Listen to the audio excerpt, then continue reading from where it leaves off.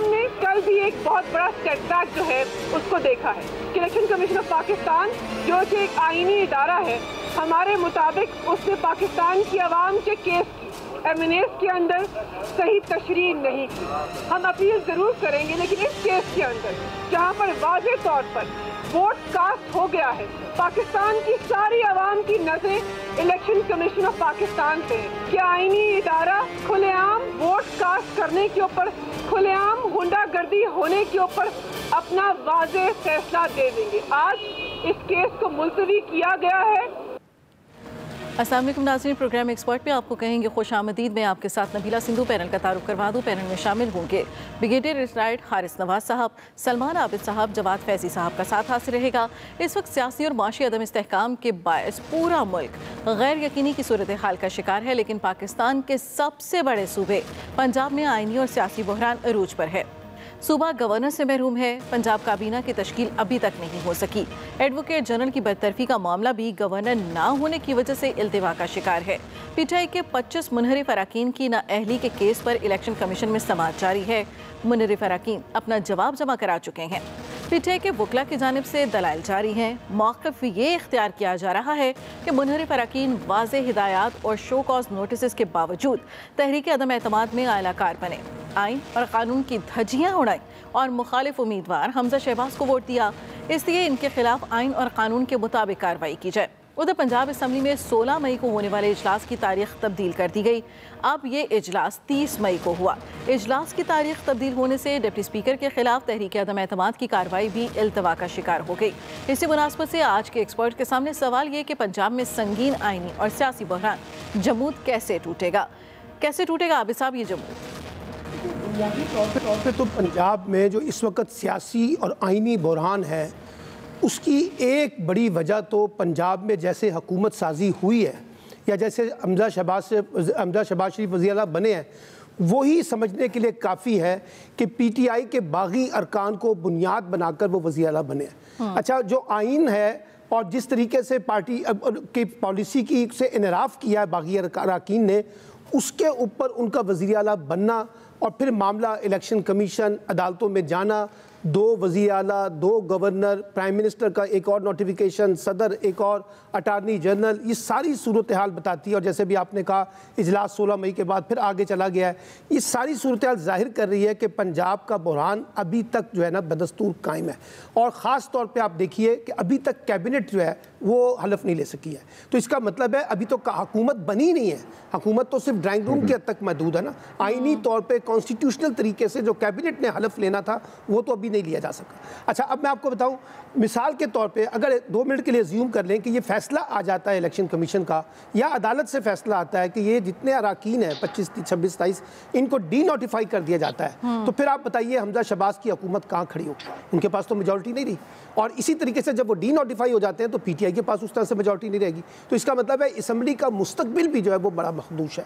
और इस सारे सियासी बहरान में जो मरकज़ से लेकर कौमी सियासत पर गालिब है, उसके अंदर फिर पंजाब का जो मामला है वो सियासी आइसोलेशन का शिकार भी नज़र आ रहा है। लगता यह है कि पंजाब से ज़्यादा एक कौमी सियासत का जो सवाल है वो बड़ा हो गया है। जो कहा जा रहा है कि फौरी इंतखाबात, लंदन की बैठक, लंदन में बड़े फैसले करने की बात की जा रही है। जरदारी साहब का एक और कॉन्टेक्स्ट है, नवाज शरीफ साहब का एक और कॉन्टेक्स्ट है, मरीम नवाज़ एक और कॉन्टेक्स्ट में बात कर रही हैं। तो इस सारे कॉन्टेक्स्ट में अगर आप देखिए, परवेज़ लाई साहब जिन्होंने कायम मुकाम गवर्नर बनना था, उन्होंने गवर्नर बनने से इनकार कर दिया। तो इसका मतलब ये है कि पंजाब का बहरान टला नहीं है, बदस्तूर कायम है। इसमें मज़ीद पेचीदगी आएगी, इसमें बड़ी मज़ीद बदमज़गी आएगी, इसमें बड़ी बदअतमादी पैदा हो रही है। और मामला जो है वो पीटीआई वर्सेस पीएमएलएन और पीपल्स पार्टी इस पूरे खेल के अंदर जो है अपने आप को ज़रा साइड लाइन लगा के बैठी हुई है। वो ज़रा देख रही है तमाशा जो पीटीआई और पीएमएलएन के दरमियान हो रहा है, उसको वो देख रही है कि किस तरह से ये आगे लेके चलते हैं। और ख़ास तौर पे देखिए गेंद बार बार जो है ना अदालतों की कोर्ट में जा रही है। अदालतों से कहा जा रहा है कि वो फैसले करें, फैसले सियासी बुनियादों पर, सियासी फोरम पर, पार्लियामेंट के अंदर और सियासी जमातों के दरमियान नहीं तय हो रहे और बार बार हमें जो है ना वो अदालतों की तरफ जाना पड़ा है। अदालतें जो है वो चीज़ें उठा के वापस सियासत की तरफ डालने की कोशिश कर रही हैं, लेकिन हो नहीं रहा। अब अगर वज़ीर आला का हलफ जो है वो स्पीकर कौमी असम्बली को आके लेना पड़ सकता है, तो इसका मतलब है यही सूरत हाल बदस्तूर कायम रही तो कल कैबिनेट से भी हलफ जो है वो किसी और को आके लेना पड़ेगा इस्लामाबाद से। तो ये सिचुएशन जो है कोई बहुत अच्छी नहीं है पाकिस्तान की पॉलिटिक्स के लिए और ख़ुद PMLN के लिए भी काफ़ी पेचीदा होती जा रही है, क्योंकि देखिए उनका भी बुरहान बढ़ता जा रहा है, ऊपर मरकज़ में भी बढ़ रहा है और नीचे अगर कैबिनेट जो है वो फाइनली एक लीगली तरीके से अब हलफ नहीं उठा पा रही है तो फिर कैसे हुकूमत जो है वो मुकम्मल होगी, कैसे वो अपने मामलात को चलाएंगे। अगरचे अभी वो चलाने की कोशिश तो कर रहे हैं लेकिन चल नहीं पा रहे हैं मामलात। तो मुझे लगता है कि एक डेडलॉक पैदा हो चुका है इस वक्त सियासी तौर पे भी और आइनी तौर पर भी। अब मामला कोर्ट्स के अंदर है, कोर्ट क्या करती हैं। और एक बात मैं बता दूं, ये जो बागी अराकीन है इनका देखिए पंजाब का केस तो बड़ा सादा सा केस है। उन्होंने तो बाकायदा पार्टी फैसले की से बगावत करते हुए, पार्टी फैसलों से इनराफ करते हुए जाकर वोट डाला है ना। मरकज़ में तो वोट नहीं पड़ा, चले वहाँ तो समझ आती है, लेकिन पंजाब में तो वोट डरा। और ये कानून मौजूद है कि कोई भी शख्स वज़ीर आला के इंतखाब में पार्टी फैसलों के बरक्स वोट नहीं दे सकता। तो इसलिए मुझे तो लगता है कि वो जो डी नोटिफिकेशन है या डी नोटिफाई करना जो है वो तो हमें नज़र आ रहा है कि इन्होंने हर सूरत में जाना ही जाना है। इसको कितना लिंगर ऑन करने की कोशिश करेंगे, कितनी ताख़ीर इसके अंदर करेंगे, फाइनली तो फिर पंजाब की हुकूमत जो है वो स्टेक पे आएगी। ठीक है ब्रिगेडियर साहब, मुनहरिफ अराकीन का मामला है। इलेक्शन कमीशन ने कौमी असम्बली में मुनहरिफ अराकीन के खिलाफ रेफरेंस खारिज कर दिया है। क्या PTI पंजाब के मुनहरिफ अराकीन को डी-सीट कराने में इलेक्शन कमीशन को मुतमईन कर पाएगी? अपरेंटली तो देयर इज नो लॉजिक कि ये एक्सेप्ट ना हो और वो डी-सीट ना हो जाए। लेकिन जिस तरीके से सेंटर में MNA की सीट्स का हुआ है, इलेक्शन कमीशन ऑफ पाकिस्तान ने की है, इससे कुछ भी वाहिद हो सकता है। बिकॉज मैं स्ट्रांगली फील करता हूँ election commission of Pakistan is partial और ये PMLN की सबका साथ दे रहे हैं। बड़ी क्लियर बात है, राजा रियाज को किसने नहीं देखा कहते हुए कि हाँ जी मैंने सीट वोट नहीं देना और मैं PMLN के टिकट पर लड़ाई अगला इलेक्शन करूँगा। नूर आलम को हमने खुद देखा, सिंध में हमने देखा क्या कुछ हालात हो रहे थे। There are circumstances, you don't have to see कि जिन्होंने वोट डाले कि डाला, सब ताकत उनको इसलिए नहीं बैठे हुए थे, वो बड़े मजे थे कि अगर कोई कम हो तो ये लोग जो है ये 20-22 लोग ये फौरन आ जाएंगे। तो इलेक्शन कमीशन ऑफ पाकिस्तान को कहीं ना कहीं दे मस्ट शो इम्पार्शियलिटी, ये कॉन्स्टिट्यूशनल अपॉइंटमेंट है और इसलिए PTI ने इनके खिलाफ एक रेफरेंस लेके जाने की हमें इन पे एतबार नहीं रहा। लाइकवाइज ना पंजाब का तो क्लियर शट केस है कि उन्होंने वोट डाला है और वोट डालना मीन्स के D notification under article I think ये 63A में या 69 में आ जाता है। तो ये भी क्लियर बात हो गई। बात ये है कि इस वक्त देखना है कि पंजाब के हालात क्या हैं। 2 महीने से पंजाब में कोई गवर्नमेंट नहीं है, पंजाब में कोई रिट ऑफ गवर्नमेंट नहीं है, असम्बली के सेशन नहीं हो रहे हैं, निज़ाम हुकूमत जो है वो चल नहीं रहा। कोर्ट का डिसीजन ऐसे आते हैं कि अगर कोर्ट ने उस वक्त ये डिसीजन ना दिया होता कि डिप्टी स्पीकर जाके इलेक्शन करवा लें ये स्पीकर का, और नोइंग के डिप्टी स्पीकर जो हैं वो हॉर्स ट्रेडिंग कर चुके हैं, फ्लोर क्रॉसिंग कर चुके हैं और वो किसी पैनल ऑफ चेयरमैन के जो होते हैं जज, उनमें से किसी को मेंबर लगाते हैं तो ये मसला ही ना होता। तो आई थिंक इस वक्त पंजाब का हाई कोर्ट भी परेशान है, they don't take any decision. Governor कोई नहीं है, एक वो प्रॉब्लम है, कैबिनेट कोई नहीं है, अलॉन्ग विद आप जो सेंट्रल गवर्नमेंट में देख लें कि वहाँ क्या हालात है। Situation is very sad, very serious, economic disaster है। आई डोंट नो हाउ ये निकलते हैं, बट मुझे लगता है कि इसका एक ही इलाज नज़र आएगा, अर्ली इलेक्शन अनाउंस कर दें और अक्टूबर-नवंबर में इलेक्शन करा दें ताकि कम अज़ कम कहीं ना कहीं स्टेबिलिटी हो और हर एक को क्लियर हो कि what they have to do. ठीक है जवाद फैजी साहब, फिर अगर इलेक्शन कमीशन का फैसला मुनहरिफ अराकीन के खिलाफ आ जाता है और उन्हें डी-सीट कर दिया जाता है तो सियासी सूरत हाल क्या हो सकती है?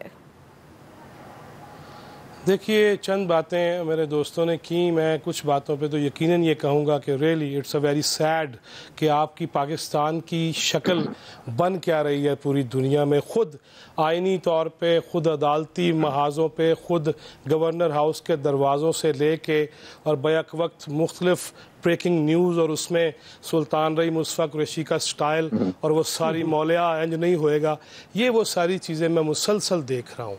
लेकिन कुछ बातों पे मैं चाहूँगा जसारत करूँ अपने दोस्तों के हवाले से कि एक साइड तो बड़े अच्छे तरीके से आपने बयान कर दी कि अर्ली इलेक्शन भी चाहते हैं खान साहब, फिर अदालतों में मामला भी है, फिर दीगर, लेकिन असल इशू की तरफ हम ये नहीं जा रहे कि अगर ये पता है कि कोई साजिश है, अगर ये कोई पता है कि ये कोई ऐसा मंसूबा है, अगर ये कोई पता है कि पाकिस्तान को मज़ीद गैर मुस्तहकम करना है और पाकिस्तान के अंदर मुआशी तौर पे दिवालिया निकालना है, तो फिर क्या उसका जवाब सड़कें हैं, उसका जवाब ऐसे भारी भरकम बयानात हैं, ऐलानात हैं, और जला दूंगा बैंकॉक के शोले फिर से अगर कोई चलाना चाह रहा है तो उसको ये चाहिए कि वो इस मुल्क के हालात समझ के संजीदा कारी के साथ बाकायदा ये ही समझ के कि मेरे फ़राइज़ हैं क्या, मैं एक लीडर हूँ और हम कायदीन हैं, हम इस मुल्क पे रूल कर चुके हैं, 4.25 साल हुक्मरानी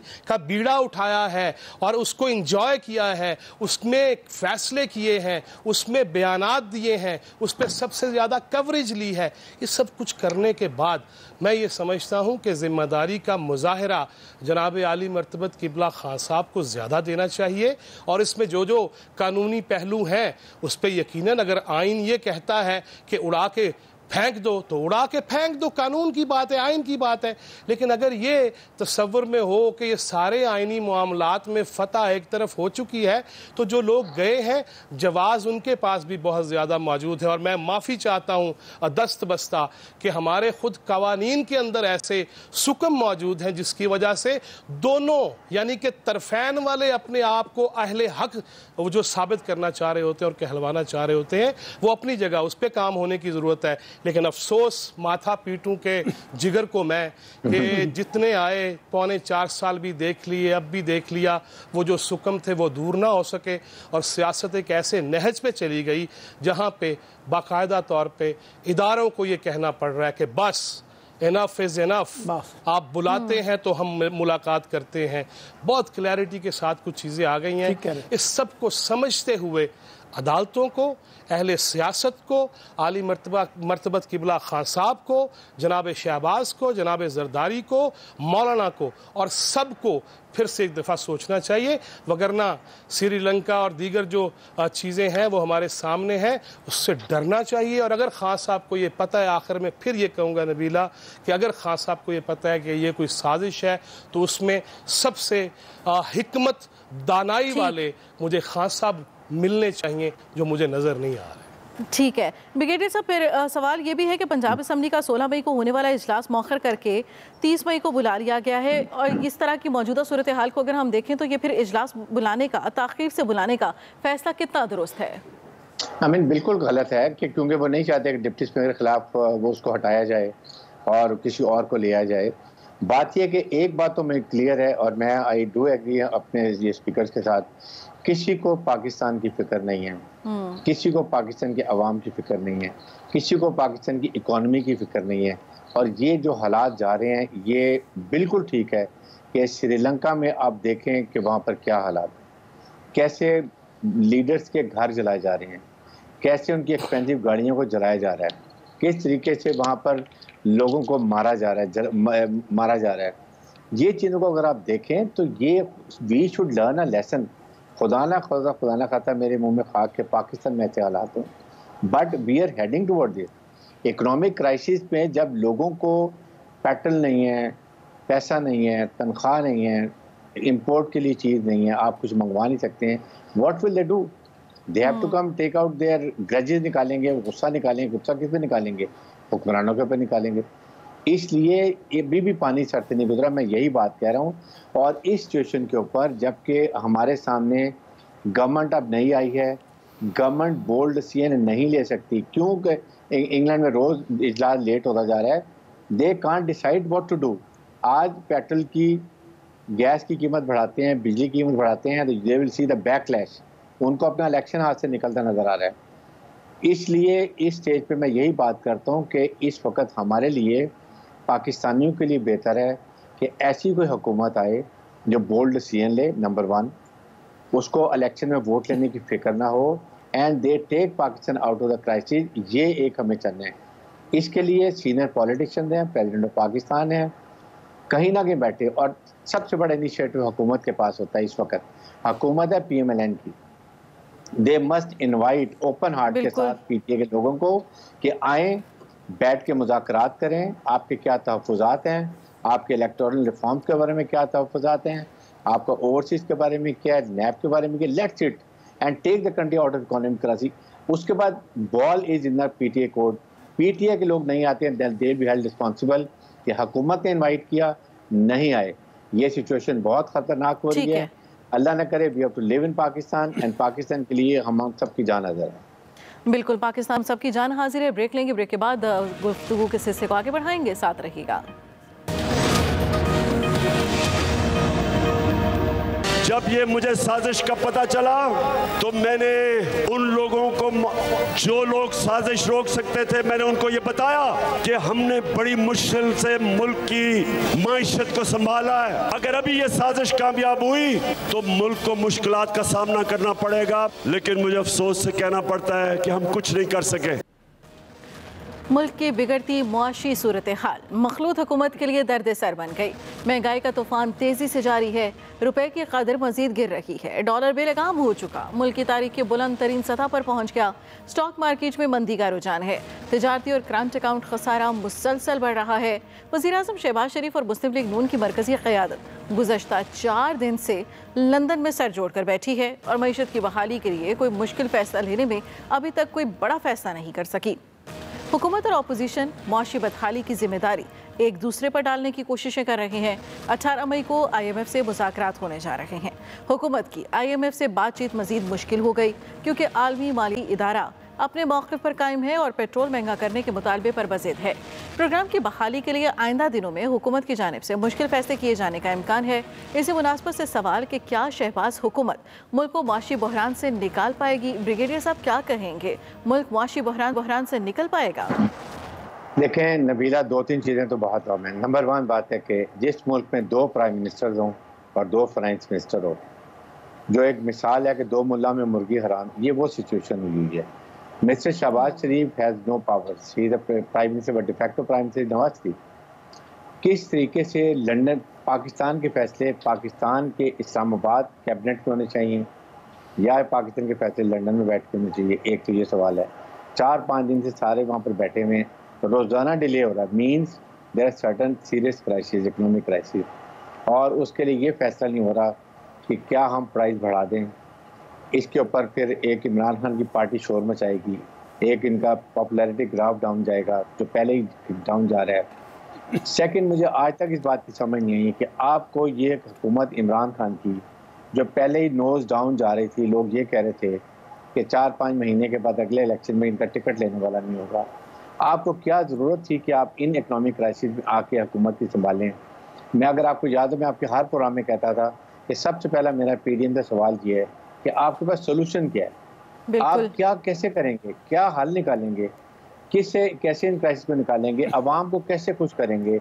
एंड अभी आके वो समझ आ रही कि अब उनको समझ क्या हुआ क्या हमारे साथ। उन्होंने तो एक किस्म के वो उसको बहुत बड़ा एडवांटेज दे दिया, उसने अपना नैरेटिव आसमान पे ले गया, इनकी पॉपुलैरिटी डाउन जा रही है। अब अगर इलेक्शन कराएं तो वो भी ठीक नहीं है, अगर हुकूमत चलाएं तो इकोनॉमिक क्राइसिस, उससे भी अवाम में इख्तिलाफ पूछा, तो what to do. That is what I am saying कि इस वक्त बोल्ड डिसीजन के लेने की ज़रूरत है। बोल्ड डिसीजन एक अवामी हुकूमत नहीं ले सकती, ख़ास तौर पे जब उनको नज़र आ रहे हों कि 6 महीने में, साल में इलेक्शन होने हैं, किस फेज से वो जाएंगे कि हमने आपके लिए क्या किया, बल्कि आपने और इकॉनमी को ख़राब कर दिया। Because I don't blame PMLN, कोई भी हुकूमत आती है वो उसको नहीं चला सकती थी, that is a genuine thing. अब इसके तहत हल क्या है?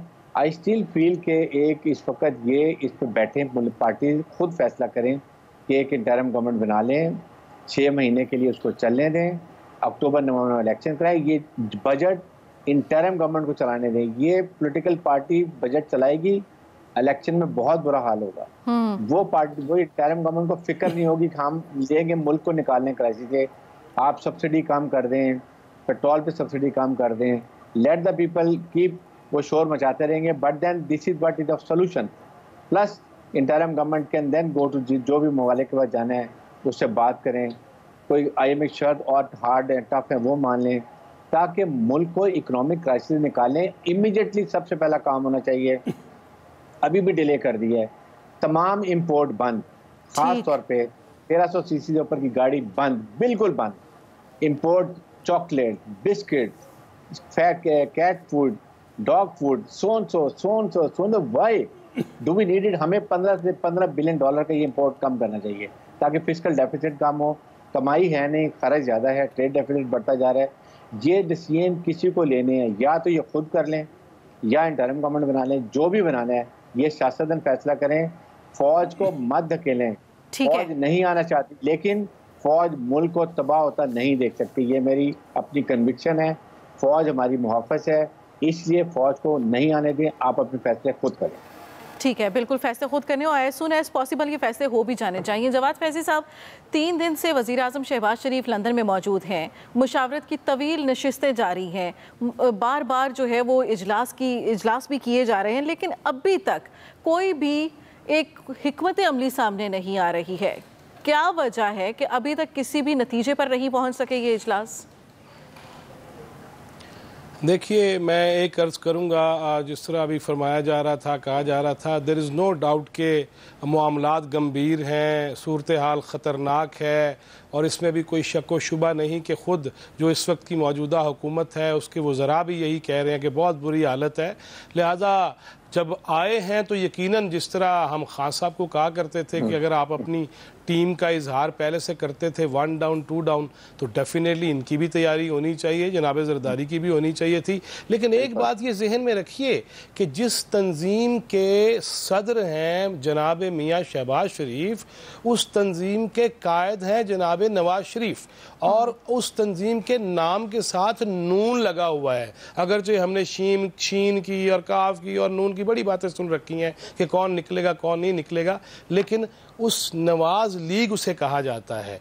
लिहाजा वो डेफिनेटली मियाँ साहब तो फौरी तौर पे वापस आ नहीं सकते, जो भी वजूहात हैं, लेकिन अगर वो अपने कायद के पास गए हैं कि जनाब ये अब तक हो चुका है और बिलमुशाफा बता रहे हैं, और बताइए, डेफिनेटली उनका किरदार आप ख़त्म नहीं कर सकते। और ये जो सारा माहौल बना है, और जनाब खान साहब की अभी भी आपने जो क्लिप चलाया है और आवाज़ के साथ चलाया है कि उनके तो निशाने अब कहीं और जाने लग गए हैं, जिससे रोका जा रहा है। और ब्रिगेडियर साहब ने जिस तरह फरमाया ना वल्ला एंड में कि वाकई ये सत्ता तक ना जाएं, जब आपके तर्जुमान ये फरमा रहे हैं कि हमें बार बार इसमें ना धकेला जाए, तो फिर किबला अर्ज ये है कि बैठना तो होगा।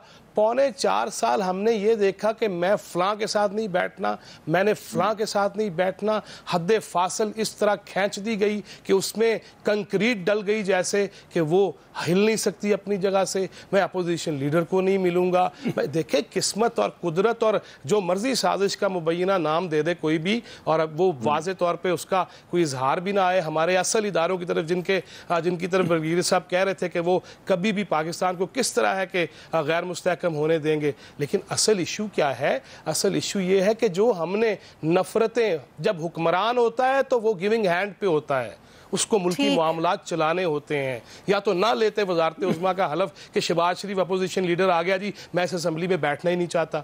मज़े भी लेने ने, वज़ीर आज़म भी बनना है, हेलीकॉप्टर भी इंजॉय करने हैं, और तरफदारियों की प्रेस कॉन्फ्रेंसें भी करनी है। लिहाजा ये सब कुछ करना है तो भाई फिर कॉर्नर रख लेते ना।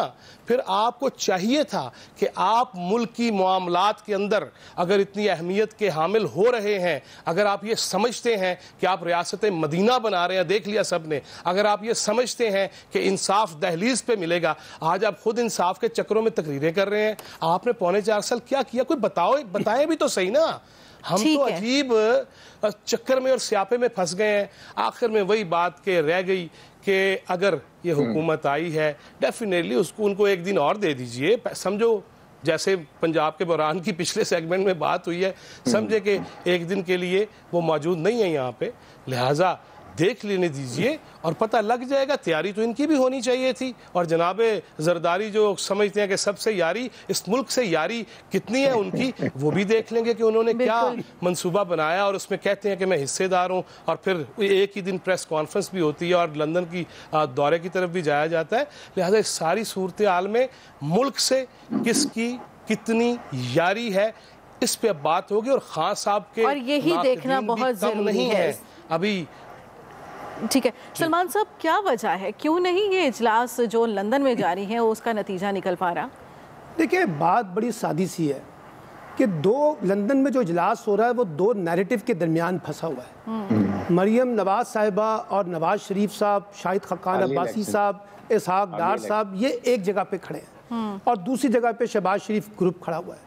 अब आप देखिए ना, मिसाल के तौर पे अब ये बड़ी अजीब सी बात है कि मुफ्ता इस्माइल साहब तो है वजीर ख़जाना, लेकिन वजीर ख़जाना के पास है कुछ नहीं, सारी स्ट्रेटजी इसहाक डार साहब लंदन में बैठ के बनाएंगे और उनको यहाँ पर एक सबॉर्डिनेट के तौर पे काम करना है, तो सिस्टम कैसे चलेगा? प्राइम मिनिस्टर जो है वो शहबाज शरीफ है, वो चलेंगे, वो नवाज शरीफ जैसे चाहते हैं, मरियम जैसे चाहती हैं। अब ये जो एक ख़ास तौर पे तनाव है, फिर इंतखाबात के बारे में, यानी एक ग्रुप कह रहा है कि अर्ली इलेक्शन की तरफ जाया जाए, एक ग्रुप कह रहा है नहीं नहीं हमें 1.25 साल हुकूमत करनी चाहिए, एक ग्रुप ये कह रहा था हमें हुकूमत लेनी नहीं चाहिए थी, हमें तो सिर्फ नए इंतखाबात का मुतालबा करना चाहिए था। इसलिए PMLN के अंदर जो कुछ लंदन में हो रहा है वो एक बाहमी टकराव भी है जो PMLN के अंदर मौजूद है और उनकी वॉइसेस हम मुख्तलिफ तरीके से सुन रहे हैं। मरियम नवाज ने कहा, ख्वाजा आसिफ ने कहा और बाकी लोग कह रहे, इसहाक डार ने कहा, तो ये बातें चल रही हैं जिसकी वजह से फैसला नहीं हो पा रहा। एक वजह तो ये है। दूसरी वजह यह है कि उनको ये पता है ये सारा बोझ मुस्लिम लीग नून ने उठाना है, किसी इत्तेहादी जमात ने इसके अंदर हिस्सेदार नहीं बनना। ये जो आसिफ अली जरदारी सब पे भारी वाली बात है, वो आके ये मईशत का बोझ नहीं उठाएंगे, वो तो कहेंगे जनाब PMLN जाने, PMLN का काम जाने, वो लोगों को डील करें, वो लोगों को खुश करें, वो लोगों को मुतमईन करें। एक बात और साबित हो गई ना, हमारे यहाँ अपोजिशन में रह के जज्बाती नारे लगाना बहुत आसान होता है, इमरान खान भी लगाते रहे, लेकिन जब आप हुकूमत में आते हैं तो पता चलता है ना आपके पास कोई इमीडिएट प्लान है, ना आपके पास कोई मिड टर्म प्लान है, ना आपके पास कोई लॉन्ग टर्म प्लान है, आप इकॉनमी जो है वो चलाने की पोजीशन में नहीं है। अब आप आज मरियम साहिबा जो है वो सारा इल्ज़ाम पिछली हुकूमत को दे दें, पिछले हुक्मरान उससे पीछे दे दें, तो इसका मतलब है कोई नहीं है। एक बात मैं आपको बताऊं जो हिंदुस्तान के अंदर हुआ है, हिंदुस्तान के अंदर बहुत पहले यह तय हो चुका था कि मईशत के मामले में कोई सियासत नहीं हो, सही, चाहे वो हुकूमत हो और चाहे वो अपोजिशन हो। हमें माशी अमूर के मामले में एक दूसरे पर सियासी स्कोर नहीं करना, एक दूसरे पर ब्लेम गेम नहीं करनी, मईशत को एक ट्रैक के ऊपर लेके चलना है ताकि जो भी हुकूमत आए वो उसी पैरामीटर के अंदर मईशत को चलाए ताकि मुल्क तरक्की करे। हमारे यहाँ प्रॉब्लम यह है कि हम एक दूसरे को डिसोन करके बैठे हुए ना। अब ये बात तो बड़ी आसान है कि जी उनको ये करना चाहिए, ये करना चाहिए, ये करना चाहिए, जैसे दोनों दोस्तों ने कहा, लेकिन बिल्ली के गले में घंटी कौन बांधे? यानी आप देखिए कि जहां क्राइसिस आता है हम जाके पिंडी वालों को कहते हैं कि आप आए और क्राइसिस को रिजॉल्व करें। भाई आप खुद किस खेत की मूली है, आप भी तो बैठ के मसले हल करें ना, आप ही तो बैठ के अपने मामलात को लेके चलें। वो हमें सियासी क़यादत की तरफ से फुकदान जो है बड़ा गालिब नजर आता है। बिल्कुल ठीक है, प्रोग्राम में आएंगे इस ब्रेक के बाद, साथ रहिएगा।